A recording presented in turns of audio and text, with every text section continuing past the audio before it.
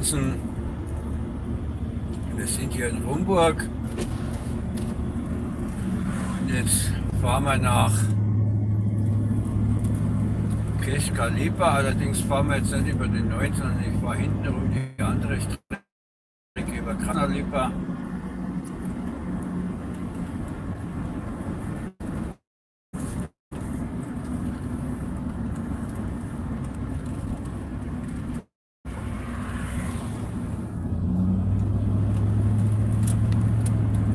Strecke, die kommen wir sonst immer in der anderen Richtung.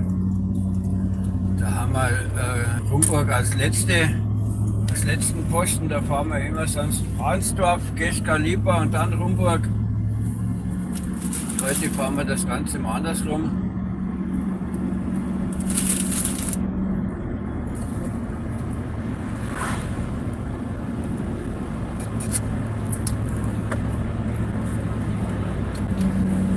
Ich muss mal meinen Kopf fit halten,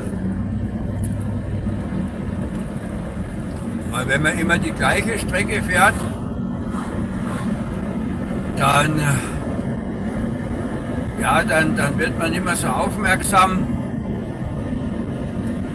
Und jetzt fahre ich sie in die entgegengesetzte Richtung, da muss ich jetzt noch ein bisschen besser mitdenken, weil jetzt die Stellen, wo ich abbiegen muss, andersrum sind. Na, da sieht das vielleicht anders aus, die Kreuzung, wo ich dann abbiegen muss, und da muss ich jetzt auch links abbiegen, wo ich sonst immer rechts abbiege und so. Und da muss man jetzt ein bisschen mehr mitdenken, wenn man eine gewohnte Strecke in die andere Richtung fährt. Und das ist der eigentliche Grund, warum ich das mache.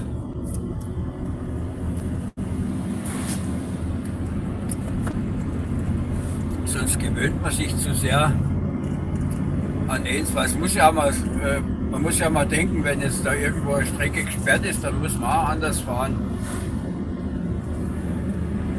Und ja, ich könnte natürlich das Navi einschalten, aber wenn ich jetzt Navi einschalte, programmiere, dann schickt mich das wieder über die andere Strecke, über die Bundesstraße, über die 9. Und die ist aber nicht so schön wie hier jetzt. Hier sieht es schöner aus, hier zu fahren. Ich muss nur aufpassen, wo ich dann abbiegen muss. Und irgendwo hier, nee, hier noch nicht, aber auf der Strecke kommt dann noch ein kleines Funkloch. Da bin ich dann mal kurz weg. Das ist aber nur ein kleines Funkloch. Ansonsten habe ich hier schon öfter Livestreams gemacht auf der Strecke von der anderen Richtung kommend her.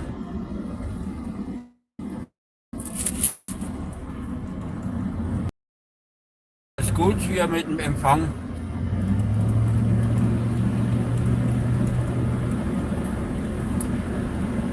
Ja, und jetzt sind die Strecken, wo ich sonst bergab rollen lasse und bremsen muss, sind jetzt hier bergauf. Und der andere steile Berg, wo ich mich sonst immer hochquäle, wenn ich voll geladen habe, da fahren wir jetzt heute runter.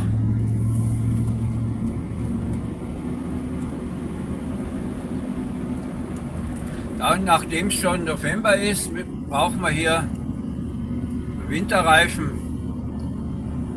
Jetzt hier, weiß ich noch nicht, ob das jetzt hier auf dieser Strecke jetzt auch schon vorgeschrieben ist, aber ich weiß, weiter hinten, wo es dann über den großen Berg drüber geht, da steht ein Schild von 1. November bis 31. März sind dort Winterausrüstung vorgeschrieben, und das wird dort auch kontrolliert. Ich habe das schon gesehen. Im Winter, wenn die Polizei da oben, da ist so ein Rasthof und mit einem großen Parkplatz dran, und da stehen die dann und kontrollieren.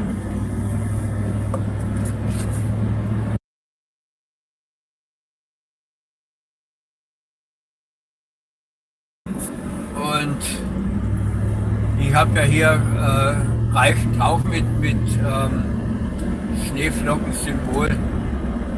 Ich habe jetzt im Sommer die mit dem M&S-Kennung noch weggefahren. Die kann ich nächsten Sommer auch noch mal fahren. Und da muss ich halt jetzt immer wechseln, bis die aufgebraucht sind, die mit M&S, weil die darf man ja jetzt nicht mehr fahren. Seit dieses Jahr oder seit letztem Jahr, ich weiß es gar nicht. wann das war, dieser Wechsel. Ja, und ich begrüße jetzt mal erstmal alle neu dazukommenden Zuschauer. Wir sind jetzt hier auf dem Weg von Rumburg nach Kirchka Lipa, allerdings auf der Nebenstrecke rum, nicht über die 9. Und ich kann es jetzt nicht sehen. Irgendjemand hat schon einen Kommentar geschrieben, aber ich muss mich jetzt aufs Fahren konzentrieren, weil die Kamera ist auf der Beifahrerseite.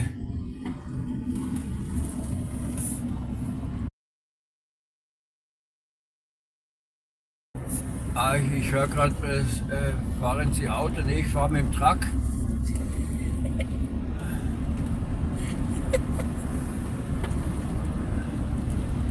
Was gibt es da zu lachen? Allerdings ohne Anhänger, weil heute Sonntag ist. Mit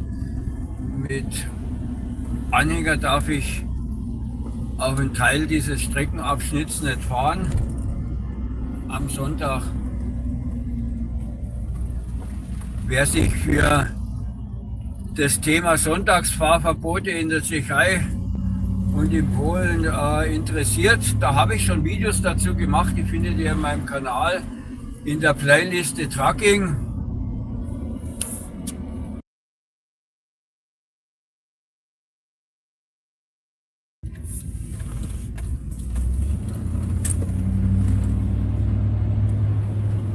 So, und ich habe mir vorhin am Automat einen Kaffee geholt, den muss ich jetzt mal zwischendurch auch mal ein bisschen trinken.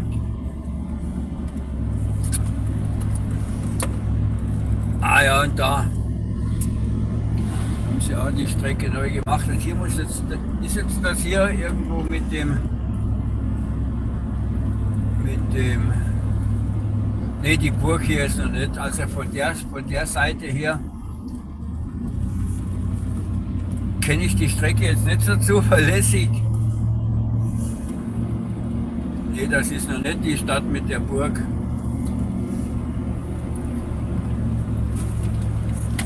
Das ist noch nicht die Stadt mit der Burg.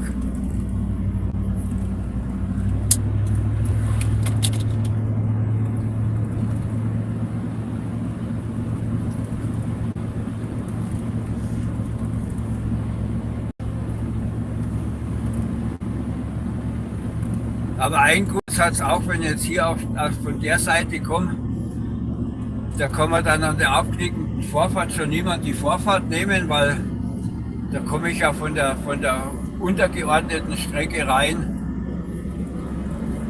Weil wenn ich auf der Hauptstrecke fahre, dann nimmt mir immer irgendeiner die Vorfahrt, weil die hier abknicken, die Vorfahrt nicht verstehen, wie das funktioniert. Da muss ich auch mal bei Gelegenheit einen eigenen Aufklärungsvideo dazu machen, wie man sich in der abknickenden Vorfahrt verhält und wer da Vorfahrt hat und wer nicht. Ne? Weil das scheinen viele Leute nicht zu verstehen, weil das passiert mir nicht nur einmal, dass da mir die Vorfahrt genommen wird, sondern das ist regelmäßig so, wenn ich da drauf zufahre auf die Strecke, da habe ich schon Angst, dass das wieder da passieren wird. Wissen, was man heutzutage in der Fahrschule lernt, also ich habe das damals auch gelernt, allerdings ich habe ja Klasse 3, ne? Da war die Ausbildung noch umfangreicher. Da hat man also Sachen gelernt wie rechtwinkliges Abbiegen, dass man zum Beispiel erst im 90-Grad-Winkel auf die Hauptstraße zufährt, damit man links und rechts gut überschauen kann, ob frei ist. Ne? Und das machen auch viele falsch heutzutage, die fahren im spitzen Winkel und sehen dann nach rechts nicht, ob frei ist und fahren einfach los und der andere wird dann schon bremsen. Ne? Da hatte ich auch schon mehrfach Vollbremsung machen müssen, weil man da so ein Trottel die Vorfahrt genommen hat. Die sehen dann ja nicht, wenn du im spitzen Winkel auf die Hauptstraße zufährst, siehst du ja nach rechts nicht, ne? Da wird einfach rausgefahren, wird schon gut gehen. Ne? Ich weiß nicht, was man heutzutage noch in der Fahrschule lernt. Der Führerschein ist halt doppelt oder dreifach so teuer wie zu meiner Zeit, aber ne, mit minimalen Aufwand maximalen Gewinn erzielen. So habe ich den Eindruck, dass das geht. Ne? Oder gibt es da nur noch Anwesenheitslisten und wer die Pflichtstunden anwesend war im Unterricht, der kriegt dann der Führerschein. Ich weiß es nicht, wie das funktioniert heutzutage. Aber so in etwa stelle ich mir das vor, wenn ich sehe, wie da draußen gefahren wird.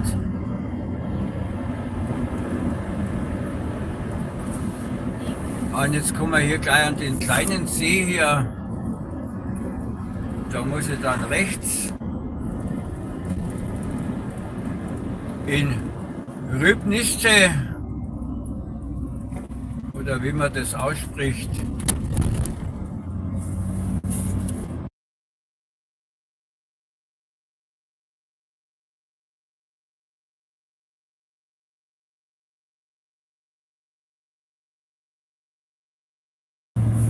Was, Tannhausen oder was? Hier ist Lille. Oh, ich kann es jetzt nicht Tannhausen sehen. ist auch Ich kenne es dort, jetzt nicht von oder? hier aus. Ich weiß es nicht. Tannhausen sagt mir jetzt aber auch nichts. So, und hier haben wir jetzt abnickende Vorfahrt in meiner Richtung und der links hat es sogar verstanden. Und das ist jetzt aber nicht die Stelle, wo ich meine, wo sie immer Probleme macht. Boah, der qualmt ja mit seiner Heizung hier die ganze Straße zu. Ah, der verbrennt Kohle, so wie es riecht, brennt der Kohle.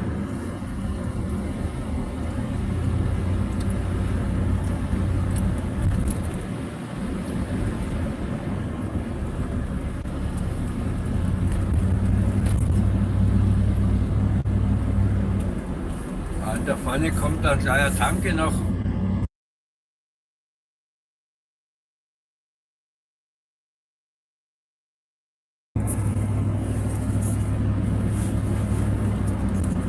Guck mal, da hat einer sein Moped aufgehängt hier auf den Pfosten da.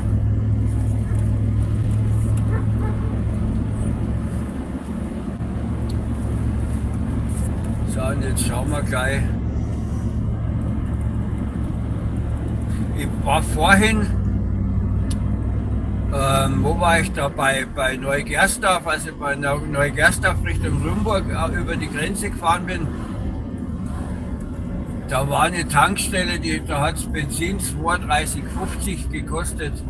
32 Kronen 50. Das ist ein guter Preis. Und die andere hier, da habe ich 34,50 gesehen. Und das ist jetzt der lange Berg, wo ich gesagt habe, wenn ich da mit 4,5 Tonnen hochkomme, dann sammle ich immer den ganzen Verkehr ein hinter mir. Aber heute fahren wir mal Berg runter. Oh, da werden dann wieder die Bremsen glühen.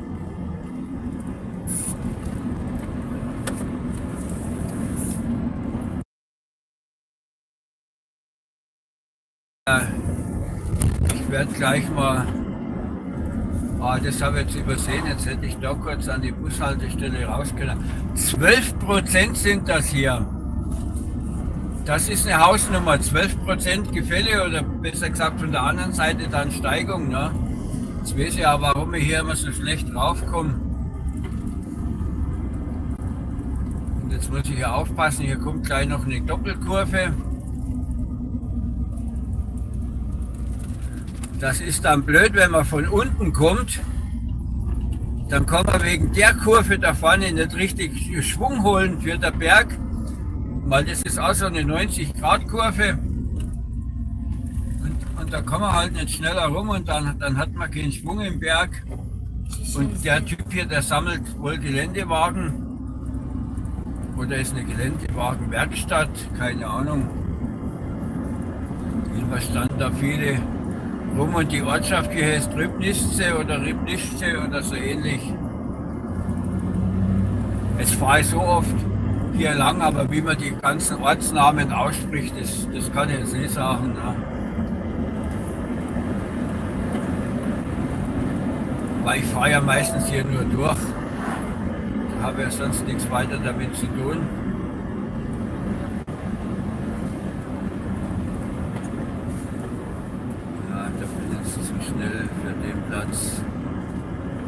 Jetzt sind wir in Rybska.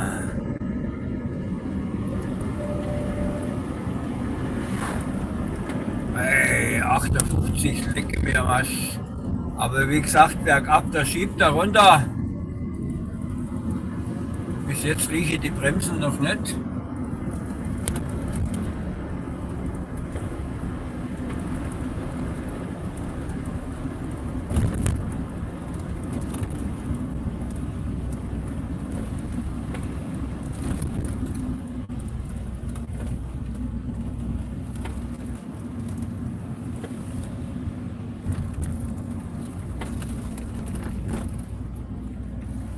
So. Und da sind die Umleitungsschilder für Detschin, weil da zwischen Kescalipa und Detschin die Strecke gesperrt ist. Und hier haben wir wieder eine Tanke, da kostet Diesel 30,90 und das Benzin 33,50. Die liegt also im mittleren Preissegment. Wie gesagt, die billigste vorhin waren 32 und die teurere waren 34. Und jetzt kann es passieren, dass dann gleich mal kurz die Verbindung weg ist. Das ist aber nur ein kurzes Stück, da bleibt er dran. Das dauert nur eine halbe Minute oder so. Bei einer von den Kurven da vorne ist es gleich weg.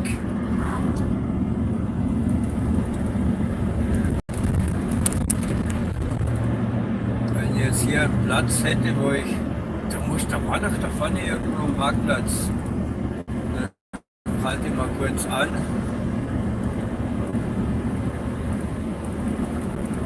Und lese die Kommentare. Ich beantworte immer alle Kommentare, aber während der Fahrt ist es schlecht, weil wir sind ja, an der Farbe der Motorhaube erkennt, heute mit dem grünen Truck unterwegs. Und da habe ich die Halterung fürs Telefon auf der Beifahrerseite. Und beim roten, da habe ich sie auf der Fahrerseite, da kann ich da eher drauf eingehen auf die Kommentare, weil ich die dann vom Fahrerplatz aus sehen kann. Aber hier so sehe ich es jetzt doch wieder nicht. Und jetzt kommt gleich die Kurve, wo die Verbindung weg ist. Guck hier. Was? Hier. Naja, hier in der Kurve müsste jetzt gleich die Verbindung abreißen, so wie ich das weiß. Aber das ist nur ein kurzer Moment. Na, ich warte drauf.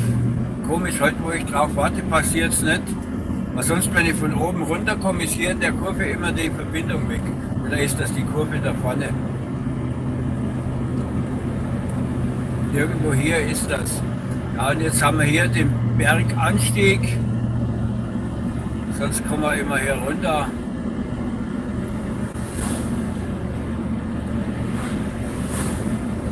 Hier ist im Winter immer viel Schnee in der Gegend. Ich habe neulich. Ja, und hier war jetzt kurz. Ja, und hier war jetzt kurz dieses Funkloch. Das einzige Berg halte ich jetzt nicht an, weil da komme ich ja nicht mehr so gut weg. Da kleben sie mir wieder hinten dran, das ist eh so schwierig. Da kommt schon so eine Seifenkiste von hinten.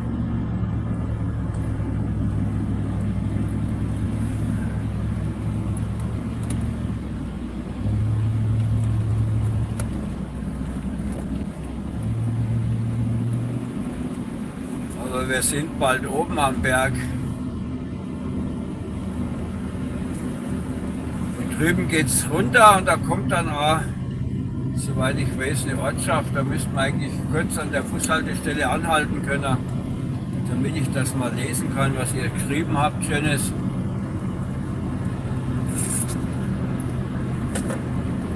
Und wer sich jetzt fragt, wo fährt denn der Kerl rum, also wer es nicht kennt, die Strecke, wir sind jetzt auf der 263 zwischen Rumburg und ja, Kescalipa, direkt nach Kescalipa geht es auf der Strecke nicht. Nach Zandorf, Richtung Zandorf geht es jetzt erst einmal. Wobei wir biegen vorher ab, weil Die andere Strecke zwischen Zwandorf und Gescalipa ist gesperrt. Da muss ich auch noch mal kurz links abbiegen und dann die Nebenstrecke fahren. Und da wo ich aber links abbiege, da ist auch ein Parkplatz. Spätestens da halte ich dann kurz an. So, und jetzt geht's hier. Jetzt sind wir hier oben. Ja, also ich mag die Strecke hier, weil ich finde das schön mit Bergauf und Bergab und Kurven und so weiter. Ne? Das fahre ich lieber als wie eine schnurgerade Autobahnstrecke oder so. Ne? Obwohl jetzt natürlich hier zwischen diesen beiden Fahrzielen ohnehin keine Autobahn existiert. Aber es gibt da noch eine andere Bundesstraße, die ein bisschen geradliniger ausgebaut ist, wo man aber dann Richtung Gescalipa auch über den Berg drüber muss. Und die Strecke hier, wie man jetzt sieht, an dem Asphalt hier ist ja erst neu gemacht worden. Also von daher, ich habe die noch anders in Erinnerung. Das war also eine richtige Schlaglochpiste hier, aber die haben das schön gemacht hier. Kann man gut fahren.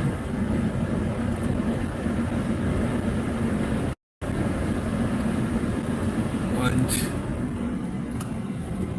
da muss man ein bisschen aufpassen, da ist man gefordert, da wird man nicht langweilig.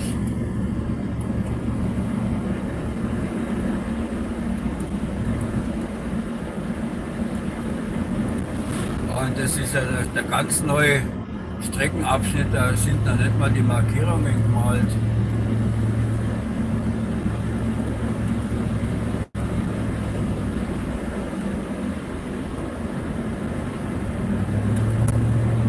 Ja, schade, dass wir jetzt hier Nebel haben, da sieht man jetzt nichts.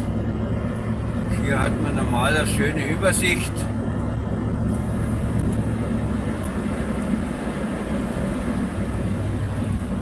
Aber heute natürlich nicht. Warte mal, jetzt halte ich hier kurz mal an. Das ist jetzt hier gerade gut, weil da kann ich dann... Also jetzt schauen wir mal, was ist... Tannhausen ist nördlich von Aurich. Ah, da sind wir aber Aurich, sind wir schon ein gut Stück weg, ne? Kai Müller. Ah, bei Seiffennersdorf, ja, jawohl. Kai Müller, da hast du recht. Seiffennersdorf. Tirone Marte, hallo. Romdex, okay, Garmin. Hans-Jürgen Flori, hallo. Und bedanke mich für die Kommentare. Und weiter geht's in der Strecke hier. Wie gesagt, wenn man jetzt hier runterkommt, da hätten wir jetzt eine schöne Übersicht. Aber der Nebel spielt uns da einen Streich. Jetzt sehen wir nichts und sonst fahre ich drüben hoch hier. Und raufzus ist es drüben zweispurig. Da brauchen die Seifenkisten mich da nicht zu drängeln, da können sie dran vorbei. Ja, überall haben wir hier Nebel.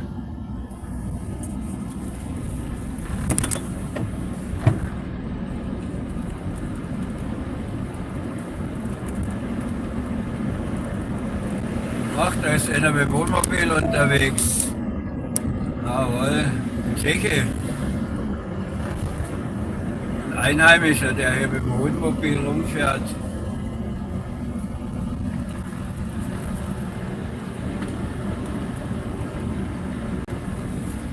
Und jetzt sind wir in Lischka.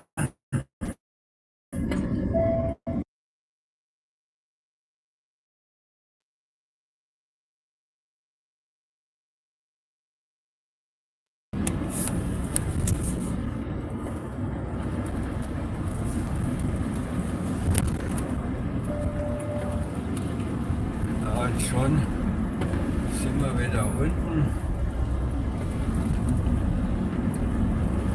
Boah, ich hab noch meinen Kaffee hier stehen. Ja, warm ist er noch. Vor lauter Erzählen komme ich gar nicht dazu, meinen Kaffee zu trinken.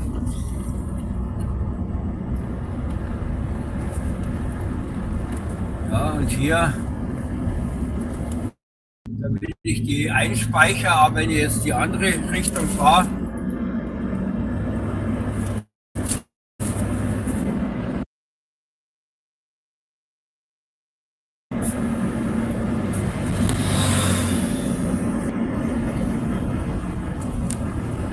ja, ich fahre jetzt Richtung Keschkal-Lipa, komme von Rumburg, allerdings fahre ich nicht die Strecke über die 9, sondern ich fahre über die 263, weil diese Strecke mir erstens mal besser gefällt und zweitens mal ist das die Strecke, die ich normal in der anderen Richtung fahre. Wenn ich in Keschkal-Lipa abgeladen habe, komme ich normal so jetzt wie der Weiße da entgegen. Und ich habe gesagt, ich fahre jetzt heute mal die Strecke andersrum, damit ich mich mehr konzentrieren muss bei der Fahrt, beim Abbiegen und bei der Streckenfindung. Das soll ein bisschen Training für den Kopf sein. Ne? Weil sonst, wenn man immer dieselbe Strecke fährt, dann gewöhnt man sich vielleicht auch Sachen an, ne, die nicht so gut sind. Was? Viel gerne. Ich mache doch sehr schon. Und deshalb tue ich ja immer wieder das Navi auslassen, damit ich mich selbst konzentrieren muss auf den Verkehr. Und hier könnte man jetzt auch, aber da dürfen wir nicht. Das ist die Strecke, die da gesperrt ist. Also mit einer Seifenkiste könnte man da schon links fahren, aber wir dürfen es halt nicht. Also nicht da jetzt links, sondern dort. Und hier ist wieder abknickende Vorfahrt, aber hier bin ich auf der untergeordneten Strecke. Da muss ich warten.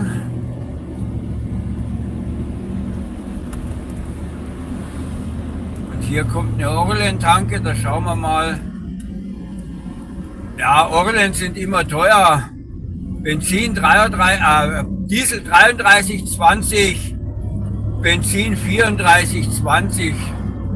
Also da würde ich jetzt nicht tanken, weil ich weiß, auf der Strecke noch eine Tanke, da kostet es nur 2,30. Das sind immerhin 2 Kronen Unterschied. Gut, jetzt 2 Kronen ist jetzt nicht die Welt. Aber wenn man bedenkt, dass man 23 Kronen braucht für 1 Euro, obwohl zurzeit sind es glaube ich sogar nur 22, weil der Euro ein bisschen schwächelt zurzeit. In Polen auch. In Polen gibt es nur noch 4 Zloty 14. Sonst war es immer 4 Zloty 20 rum, 4 Zloty 30. Und vor 2-3 Jahren konnte ich sogar 4 Zloty 60, 4 Zloty 70 immer wechseln. Ne? Und jetzt haben wir 4,14. Das ist schon sehr schlecht. Also der schlechteste Kurs, den ich jetzt mich erinnern kann, die letzte Zeit. Ne? Ja, und da wäre jetzt die Burg, das ist jetzt die Ortschaft, wo dieser Lidl ist, und da ist da oben auf dem Berg, der da im Nebel eingehüllt ist, ist eine Burg. Da war er auch schon oben. Da gibt es ein Video davon, wer sich dafür interessiert, für solche Videos. Da habe ich eine Playlist Sightseeing. Das sind so Burgbesichtigungen und Museumsbesichtigungen und so weiter. Und wenn ihr da mal her wollt, dann müsst ihr jetzt da links fahren, also nicht da, wo das rote Auto rauskommt und unter der Brücke durch, sondern vorher noch links, da ist ein Parkplatz. Und hier ist jetzt dieses abknickende Vorfahrt. Hier steht sogar ein Schild Posor, na Vorsicht. Und wenn ich da von links komme, da checken die das nicht, wenn ich von rechts, wenn ich dann hier reinbiege, dass ich da Vorfahrt habe, da kommen die von vorne da mir entgegenkommen, die knallen mir immer fast in die Seite rein, weil sie es nicht checken.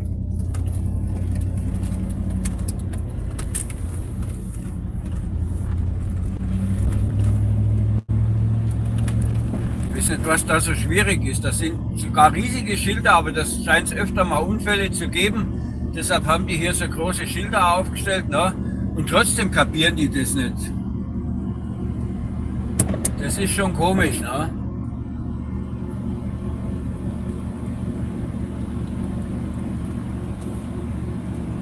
Ja, und was wollte ich jetzt noch sagen? Also die Playliste Sightseeing da mit den Burgvideos und Museumsbesichtigungen und so weiter. Dann habe ich noch eine Playliste Oldtimer.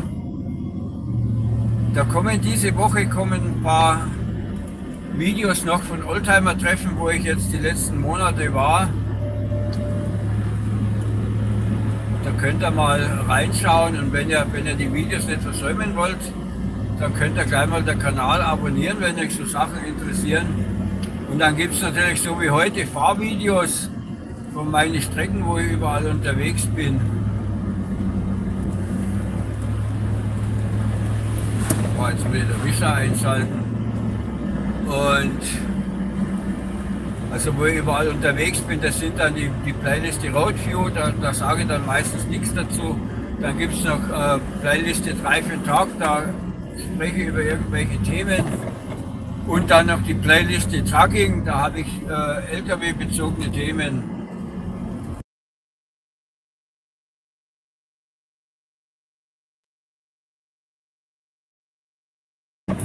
Ja, und ich begrüße alle neu dazugekommenen Zuschauer. 238 oder 83. Ne, 263 sind wir jetzt, wir sind ja abgebogen, 263 sind wir unterwegs. Wir fahren jetzt Richtung Keschkalipa. Das liegt in Nordböhmen. Wer damit was anfangen kann, weil wir österreichische Zuschauer, ich weiß, dass hin und wieder Österreicher bei mir zuschauen. Das ist hier Nordböhmen. Ja, das hat mal hier zu Österreich gehört, das Böhmen. Dann hat es mal eine Weile zu Deutschland gehört, das hat sich immer gewechselt, ne? Über die Jahre. Ne? Jetzt waren wir in Keschka Kamenice oder so ähnlich.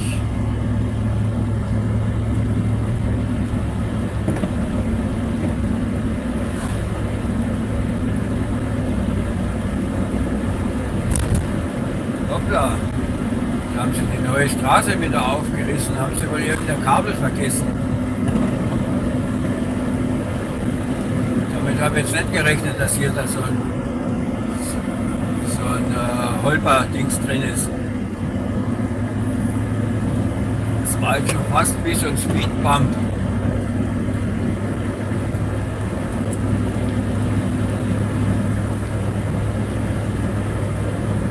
Und hier haben wir wieder ein Kreuz neben der Fahrbahn.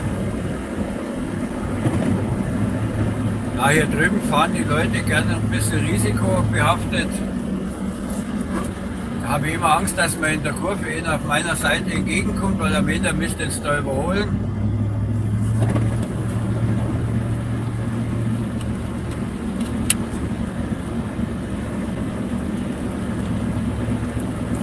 Fahr ich lieber in Polen, da fahren die ordentlicher.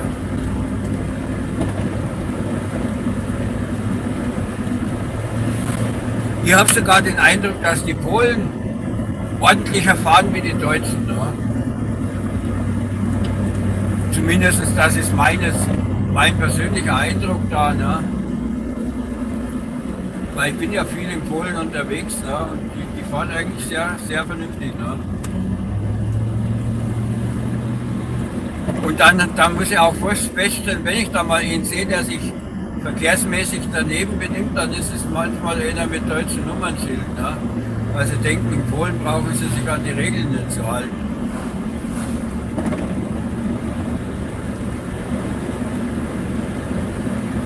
Das sind dann die Leute, deswegen deutsche Touristen immer einen schlechten Ruf haben. Ne?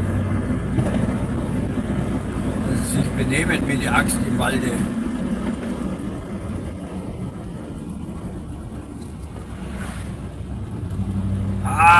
Hier müssen wir aufpassen, hier müssen wir jetzt links. Normal wird man geradeaus weiterfahren, aber dort ist die Strecke Richtung Keschkalipa gesperrt und da müssen wir jetzt da links diese Nebenstrecke.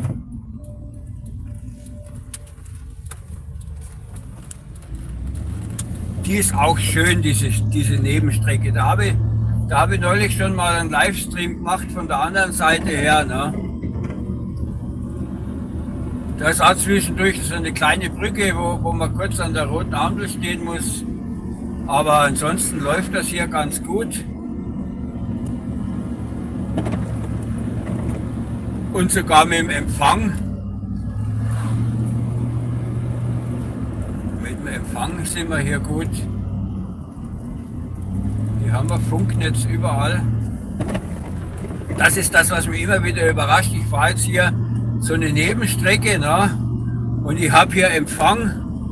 Und wenn ich in Görlitz fahre, auf der deutschen Seite, da reißt das Funknetz dauernd ab. Da kann ich keinen vernünftigen Livestream machen, weil ständig die Verbindung weg ist. Ich verstehe das nicht. Ne? Ich würde eigentlich auf so einer Strecke hier vermuten, dass es abreißt.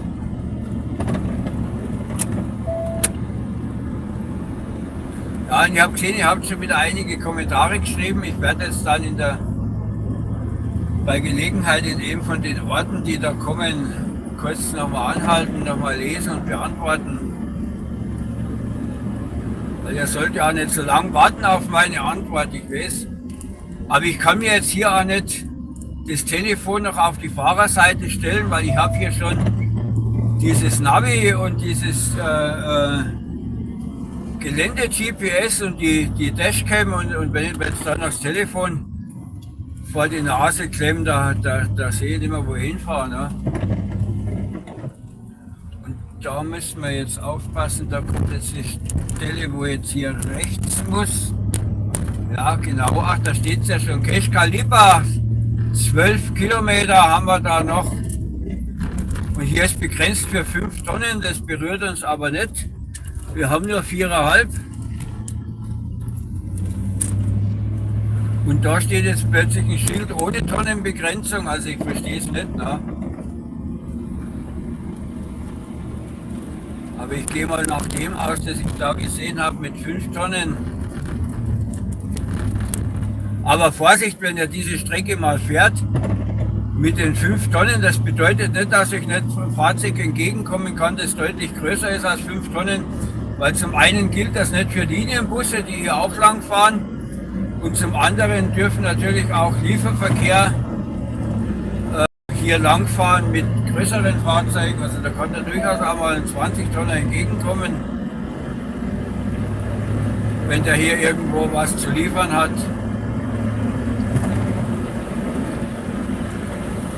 Was?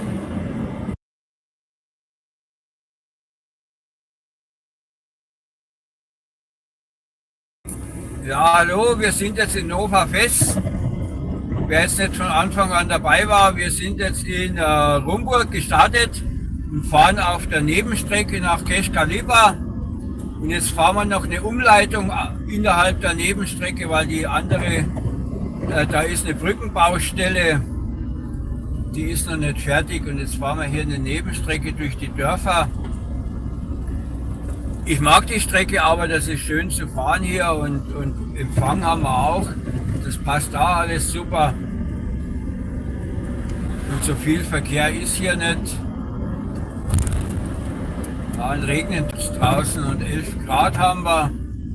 Und ich habe gesehen, ihr habt jetzt Kommentare geschrieben. Ich bleibe jetzt gleich mal wo stehen und lese mir das durch. Ich glaube, ich mache jetzt das hier. Genau, ich fahre jetzt kurz mal hier ran. Das ist hier eine Bushaltestelle, der wird ja wohl jetzt nicht gerade kommen. Ich will nur mal kurz lesen, was ihr Schönes geschrieben habt. Hase. Hallo, kyrillische Schrift, ich kann den Namen jetzt nicht lesen, aber hallo trotzdem. Gianguina, hallo. Und ich habe ADHS, hallo. Ich glaube, dich habe ich schon ein paar Mal gelesen. Thomas, ich habe es gerade erwähnt. Wir fahren nach Keschkalipa. Und Hans-Jürgen, hallo. Und alle anderen jetzt, die ich nicht persönlich aufgerufen habe. Danke, dass ihr dabei seid. Freut mich, da bin ich nicht so allein hier unterwegs. Das ist allein bin ich eigentlich gar nicht. Ich habe ja Beifahrer dabei. Aber manchmal fahre ich auch alleine meine Strecken. Früher, aber im Fernverkehr war, da bin ich immer allein gefahren. Da mit dem großen Truck war ich da unterwegs. Mein erster, den ich gekauft habe für Fernverkehr, das war ein Volvo F12. Wenn ihr euch da noch, wem jetzt das was sagt, wer sich da erinnern kann an solche Fahrzeuge, wer LKW-Fahrer ist, sollte zufällig zuhören. Also der erste Truck, den ich gefahren habe, das war ein Volvo F10. Den habe ich in der Spedition gefahren und den ersten, den ich gekauft habe, das war ein F12. Dann zwischendurch auch mal ein paar Mercedes gehabt, die SK-Typen und MAN bis zum F90, ältere gebrauchte MAN und die F90 hatte ich auch. Ich habe dann später, ach nee, guck mal, auf dieser Nebenstrecke kommt dann die Rennleitung entgegen.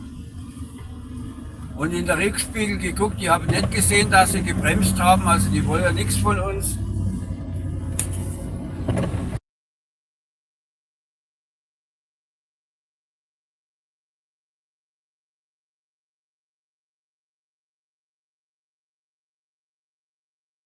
Ja, ach, ADHS, du bist aus Keskaliber, ja.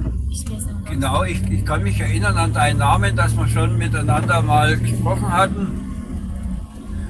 Ja, und da lebst du da, wo wir jetzt hinfahren. Da sind wir gleich da. Wir müssten jetzt noch, vorhin habe ich mal was gelesen von 12 Kilometern, da dürften es jetzt 10 oder 9 sein oder was. Und da kennst du die Strecke ja hier eigentlich auch, wenn du hier in der Gegend wohnst.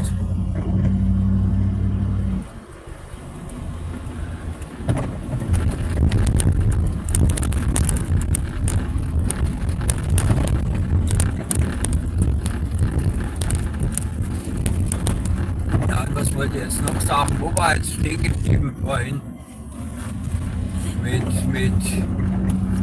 Mit LKWs und ich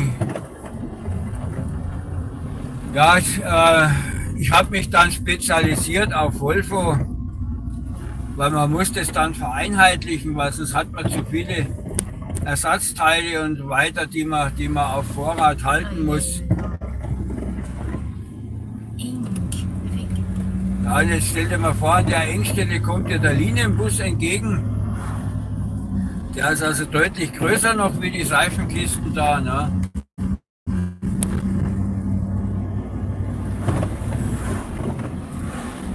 Und ihr habt da links an dieser Hauswand, die da ein bisschen in die Fahrbahn reinragt. Ne? Da sind da schon ein paar Ecken rausgefahren. Da bleibt also auch hin und wieder einer hängen. Und was habe ich gerade gesagt mit dem Linienbus? Zum Glück kommt er jetzt hier.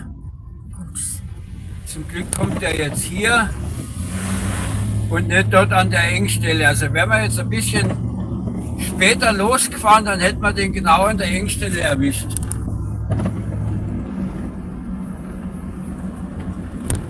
Da hat man jetzt wieder Dusel.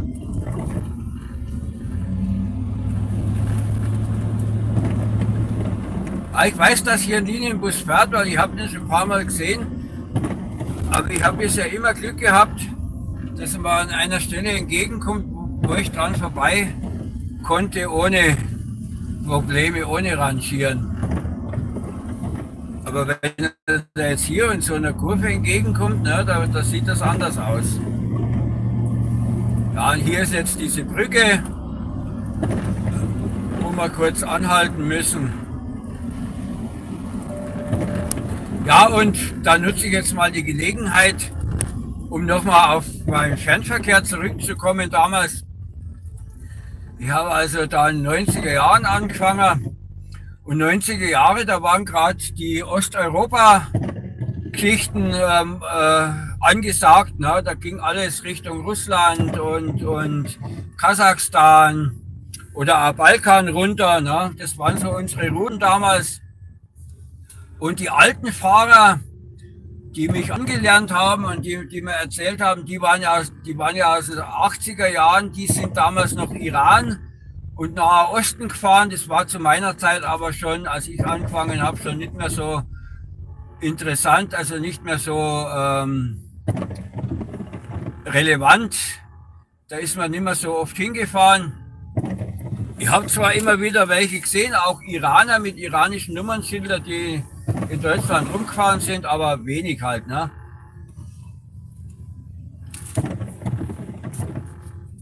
Und wir sind halt Osteuropa gefahren.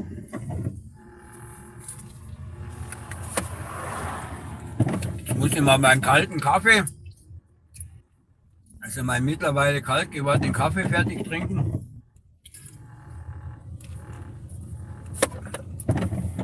Ja, und das war immer so eine Sache.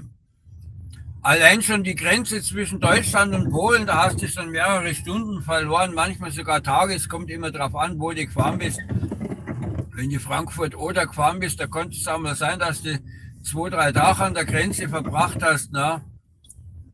Dann durch Polen durch und dann wieder die russische Grenze. Also Ukraine, wir sind damals noch durch die Ukraine gefahren. Und dann Russland, und da hast du insgesamt schon über eine Woche verloren, wo du nur an den verschiedenen Grenzen gestanden bist und auf die Abfertigung gewartet hast. Ne? Ja, und bis du da wieder zurück warst zu Hause, da sind da locker 4, 5, 6 Wochen vergangen. Aber trotzdem hat es Spaß gemacht, es war Abenteuer. Und dicke Kohle haben wir damals auch verdient. Das heißt, im Prinzip haben wir das verdient. Also heutzutage hat ja so ein LKW-Fahrer so um die Pi mal Daumen 3.000 Euro netto. Ne? Und das haben wir damals schon gehabt, 1995 in D-Mark. Ne? Nur dass es halt damals in D-Mark mehr war wie heute in Euro. Ne? Weil, ich meine, also als angestellter Fahrer mit 4.000 D-Mark netto, da konntest du damals leben wie Gott in Frankreich. Und als Selbstständiger habe ich dann entsprechend noch mehr gehabt mit dem Lastwagen. Und da hast du, also als Angestellter hast du doppelt so viel gehabt wie einer mit Facharbeiter, ne? Ich weiß es jetzt aus meiner Sache mit dem Automechaniker, ne? Da ist der LKW-Fahrer doppelt so viel Geld gehabt wie ein Automechaniker. Heute dürfte das nicht mehr so sein, weil man bleibt ja auf der Stufe von 1995 ungefähr stehen. Auch mit den Frachtpreisen, also Spediteur, man kriegt nicht wirklich mehr. Damals 1994 wurde die Preisbindung abgeschafft. Wer jetzt da nicht vom Fach ist, dem wird das nichts sagen, aber vor 1994 gab es staatlich festgelegte Frachtpreise im Güterverkehr. Ne? Bis 1989 oder 88, ich weiß es nicht genau, das war lange vor meiner Zeit, da kann ich mich nicht jetzt genau darauf festlegen, welche Jahreszahl war, aber Ende der 80er Jahre bis dahin hieß es noch Reichskraftwagentarif. Das war also ein Gesetz aus den 30er Jahren. Und 88 oder 89 haben sie es dann endlich geschafft, es in Güterfernverkehrstarif umzubenennen und entsprechend an die damals aktuellen Verhältnisse anzupassen. Und dann haben immer viele, das hat mir mein Lehrmeister, also ich habe 2 Berufe, ich habe einmal natürlich Automechaniker gelernt und dann später habe ich noch Speditionskaufmann gemacht. Und da bei dem zweiten Ding, da hat mir der Lehrmeister, der Spediteur, gesagt, also pass auf, früher haben sie immer gejammert, diese staatliche Preisbindung, das ist ein Eingriff in die unternehmerische Freiheit, das beschneidet uns, unsere Preisgestaltung selbst zu machen. Und er hat gesagt, wart nur ab, in ein paar Jahren, da wären sie alle froh, wenn es diese Preisbindung noch gäbe, weil jetzt diktieren die großen Konzerne die Preise und die sagen, entweder fährst du für den Preis oder lässt es halt bleiben, ne? Und da suchen wir uns einen anderen da stehen dann so und so viele osteuropäische Billigspeditionen vor der Tür, die froh sind, wenn sie deine Fuhre machen können. Ne? Und genauso ist es dann auch gelaufen. Ne? Und deshalb sind die Frachtpreise und damit natürlich auch die Löhne im Lkw-Verkehr immer noch auf dem Niveau von 1995, ne? So ungefähr. Also ganz stimmt's nicht, aber jedenfalls haben wir nicht die Entwicklung mitgemacht, wie es in den anderen Berufen war, dass man immer mehr Lohn kriegt und immer mehr Geld kriegt und immer mehr die Preise steigern. Und da hat man dann, wer jetzt die ganzen Jahre seit damals LKW gefahren ist, der hat dann gemerkt, dass alle anderen lohntechnisch an ihm vorbeiziehen und überholt haben. Ne? Weil ja die anderen ja alle immer jährlich ihre Lohnerhöhung gekriegt haben, während wir im Güterverkehr ja immer noch auf der Stelle tritt. Ne? Da ist man einfach, obwohl man ohne Güterverkehr wird es mit der deutschen Wirtschaft überhaupt nichts werden, aber egal was produziert wird, man muss die Sachen zum Kunden transportieren und man braucht natürlich vorher auch Zuliefersachen und Rohstoffe, die auch transportiert werden müssen. Und obwohl wir eigentlich das Rückgrat der deutschen Wirtschaft sind, wird man als Spediteur behandelt wie der letzte Dreck. Ne?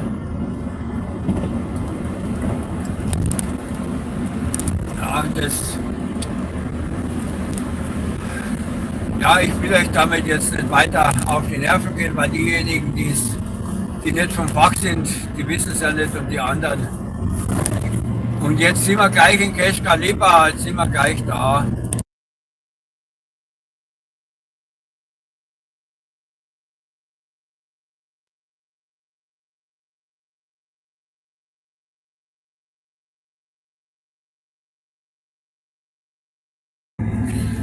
Ja, da hast du recht. Die Fahrer sind Polen. Man kriegt ja auch kaum noch deutsche Fahrer, weil wenn man jetzt mal sich vorstellt, so ein 2er Führerschein, der kostet in Deutschland mittlerweile 9.000 Euro. Ne? Und welcher 20-Jährige hat 9.000 Euro auf dem Konto, um sich den Führerschein leisten zu können? Ne? Und in die anderen EU-Staaten sind die Preise bei weitem nicht so hoch mit den Fahrschulen. Ne? Da können sich die das eher leisten. Und dann diese Ansprüche, die Deutschen, die wollen ja alle nur noch Influencer werden oder eben den ganzen Tag im Büro vorm Bildschirm sitzen. Ne? Wobei ich mag das gar nicht. Wenn ich im Büro sitze vorm Bildschirm, dann tut mir nach ein paar Stunden die Augen weh und ich bin immer froh, wenn ich wieder rauskomme. Ne? Und draußen rumfahren kann. Also ich weiß nicht, warum immer alle so verrückt sind nach einem Bürojob. Ich möchte es nicht. Ich versuche mich davor zu drücken, wo es gerade geht. Iskalipa. Und jetzt sind wir in Keschkalipa. Ich weiß nicht, ob ich Und Iskalipa. was wollt ihr jetzt sagen? Ja, und es gibt natürlich auch viele deutsche Speditionen, die mittlerweile mit polnischen Nummernschildern rumfahren, weil es in Polen auch einfach billiger ist mit Sprit und mit Steuern und Abgaben. Ne? Und auch die Bürokratiebelastung nicht so hoch ist. Und da haben viele ausgeflaggt. Ich natürlich auch. Ich habe ja meinen Standort da in Skorzelec.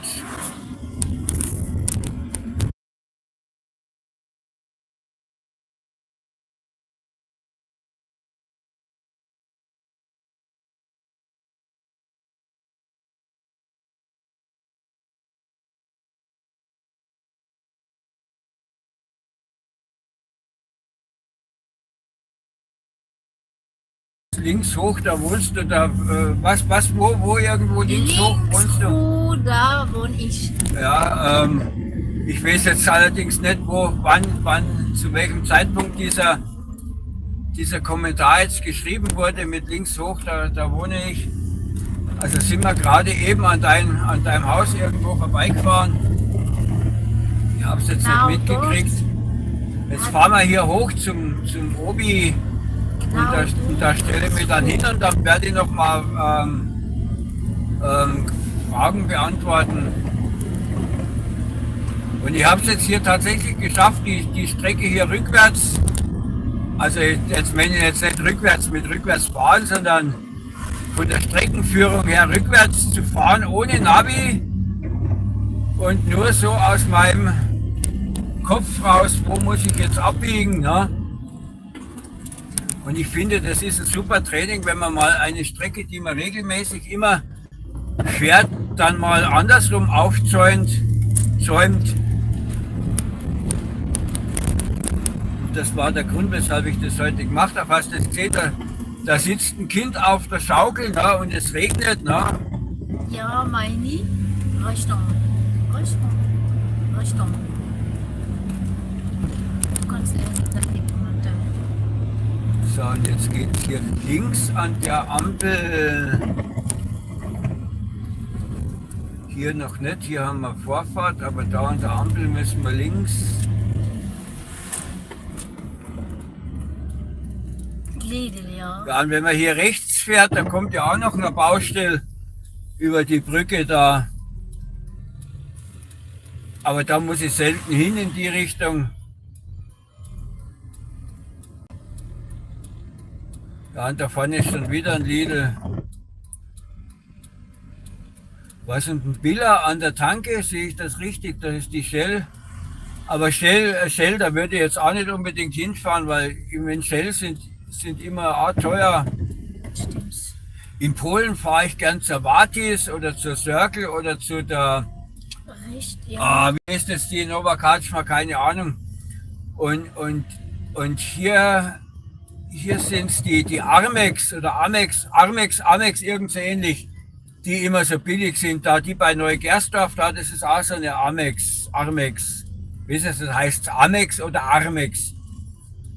Hier, Die haben dann 32 Kronen irgendwas. Richtung Albert. Ja, jetzt da zum Albert fahren wir jetzt hin, ja.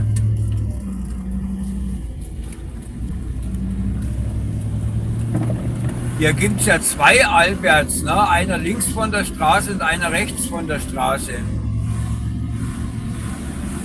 Meistens bin ich jetzt in dem, der aus unserer Sicht rechts ist, aber in dem anderen auf der linken Seite, jetzt war ich auch schon mal drin, aber normal sind wir immer da, wenn wir hier sind, weil bei dem da ist ja noch die Aktion mit dabei und der Obi.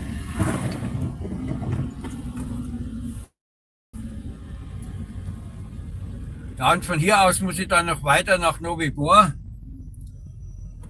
Aber ich mache jetzt hier nur kurz einen Abstecher. Vor allem muss ich mir jetzt da oben im Albert wieder einen Kaffee holen, weil mein Kaffee ist all.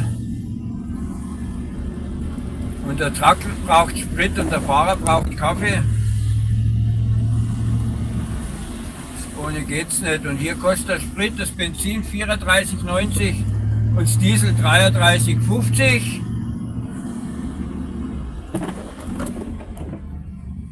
Und da oben an der Tanke ist es das Gleiche. Ja, die haben. So, und jetzt fahren wir da rein. Presse.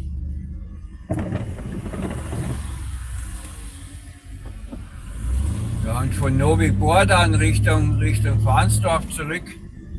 Da kommt dann der Berg, wo ich vorhin gesagt habe, mit der Winterausrüstung. So, jetzt fahren wir hier rein. Und wer jetzt nicht hier ortsansässig ist und sich wundert, warum hier am Sonntag die Parkplätze voll sind, ja, die Geschäfte sind ja geöffnet. Das ist hier drüben normal, dass man am Sonntag die Geschäfte geöffnet hat. Und ich ziehe in so einem Fall immer gern durch, so wie jetzt, dass ich dann vorwärts raus kann mit meinem Truck. Auch wenn ich jetzt heute keinen Anhänger dran habe, aber trotzdem ist das ein bisschen umständlich, dann mit dem Rückwärts rausrangieren. Und jetzt habe ich 1,5 Plätze belegt. So. Links hoch, da wohne ich. Einen Führerschein getauscht. Jetzt darf ich bis 12 Tonnen fahren. Ja, ja, wenn du den Führerschein tauscht von Klasse 3 in den EU-Führerschein, da darfst du, beim Klasse 3 darf man ja 7,5 Tonnen fahren plus ein 10 Tonner Anhänger. Da wären wir bei 17,5 Tonnen, aber mit den, du dürftest auch mit den neuen Führerschein bis 17 Tonnen fahren. Da brauchst du aber einen speziellen Eintrag in dieser Spalte und den musst du dann aber auch diesen Eintrag, das ist dann, ich weiß nicht, wie das heißt, das ist nicht der C1 und du darfst dann bis 18 Tonnen fahren oder 19 Tonnen sind es, glaube ich, sogar. Da brauchst du dann aber alle 5 Jahre die Verlängerung, während du den normalen Dreier-Führerschein also ich habe ja meinen Dreier noch, die Bemerkung, dass der unbegrenzt gültig ist und nur beim Zweier, den ich ja auch noch habe, oder CE, wie er da heißt, aber ich sage immer noch Zweier, den muss ich alle 5 Jahre verlängern, aber wenn ich den mal irgendwann, wenn ich mal in Rente gehe, nicht mehr verlängere, der Dreier, der gilt ja trotzdem weiter, da habe ich Bestandsschutz, ne? Ja, meine Richtung. Ich habe ein Lidl, ja, Richtung Albert, ja, wir sind jetzt hier, also guck, wir sind jetzt hier oben bei dem, das kennst du ja. Die haben verschiedene Preise, die beiden Alberts hier. Oh, das ist, ja gut, das ist mir jetzt gar nicht bewusst. Ich habe gedacht, weil es Albert ist, wären die Preise einheitlich, ne? Da muss ich mal aufpassen, da müssen wir doch mal in den anderen rübergehen. Jetzt Prim links ist jetzt Prim ist günstig. Also der linke wäre günstiger, meinst du? Aha, da muss ich mal rein, muss ich mal schauen.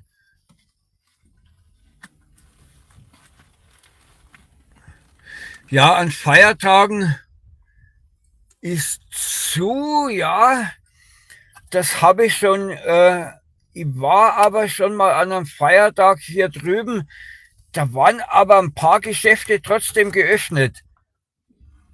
Da habe ich mir noch gedacht, ach, genau, da sind wir rübergefahren, da habe ich keine Ladung, nichts gemacht. Da waren wir nur, um irgendeine Burg oder was zu besichtigen, haben wir gesagt, ja, heute ist ja Feiertag, da hat nichts offen, da schauen wir uns die Burg an. Und dann habe ich auf der Fahrt dorthin aber bemerkt, dass doch ein paar Geschäfte geöffnet haben, da war ich richtig überrascht, ne? Aber gut, so viele Feiertage habt ihr ja gar nicht, ne? Deutschland hat, glaube ich, mehr Feiertage, obwohl beim Deutschland, da ist man ja wieder, da sind die Feiertage ja nicht einheitlich, so wie jetzt diese Woche, Dienstag war ja bei euch Feiertag, dann war Freitag in Deutschland Feiertag in Sachsen, aber nicht überall in Deutschland. Samstag war in Polen Feiertag und in Deutschland war offen und aber nicht überall in Deutschland. Da gab es auch ein paar Länder, wo Samstag ein Feiertag war in Deutschland, aber das verwirrt mich total, ne? Jörg Hunke, hallo, ja. Jetzt ist noch jemand neu dazugekommen, Jörg. Wir sind hier in Keschkalipa, da sind wir jetzt gefahren von Rumburg her. Jetzt hast du halt die ganze Fahrt versäumt hier, weil wir machen jetzt hier nämlich bald, was? Ihr habt mehr Feiertage wie wir? So. Das ist mir jetzt gar nicht so vorgekommen. Ja, das liegt vielleicht auch daran, weil es in Deutschland so viele Feiertage gibt, die doppelt sind, ne, oder nicht überall sind. Da verwirrt mich das ein bisschen. Aber wisst ihr, was ich für eine stressige Woche hatte? Ich hatte quasi 3 Feiertage einzuarbeiten, weil weil ich muss das ja irgendwie meine Touren dann, wenn alles zu ist, kann ich ja nichts erledigen. Ne? Ja, Jörg, hallo. Hallo Jörg. Ja, was ich jetzt noch sagen wollte, wer öfter mal mitfahren will auf so einer Tour, tut jetzt mal den Kanal abonnieren. Wir fahren hier regelmäßig Livestreams mit, also wie wir es so heute hatten, auf irgendwelchen Strecken, wo ich unterwegs bin. Es gibt natürlich auch normale Videos zu sehen, auch Fahrvideos oder Museumsvideos oder auch Preisvergleichsvideos, wo ich jetzt schon länger keinen mehr gemacht habe in der Shopping-Vlog-Playliste, wo ich hier so im Dreiländereck verschiedene Märkte miteinander verglichen habe, wo es am günstigsten ist. Und ja, und natürlich auch Spritpreisvergleiche gemacht habe. Und dann Reisevideos und Trucking-Videos habe ich, ne, wo auch mit großen Lastwagen geht. Dann also so spezielle Themen über Fahrverbot und so weiter. Und EU-Fahrzeugklassen. Und im Laufe der nächsten Woche kommen ein paar Oldtimer-Videos von mir, wo ich auf verschiedenen Treffen war.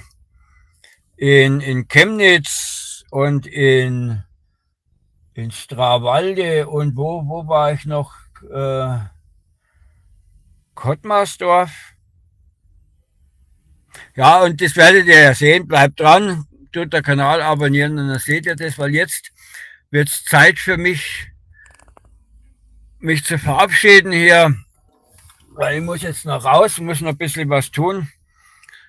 Und dann wünsche ich euch noch einen schönen Restsonntag. Und bis zum nächsten Mal und macht's gut. Und danke fürs Zuschauen und tschüss.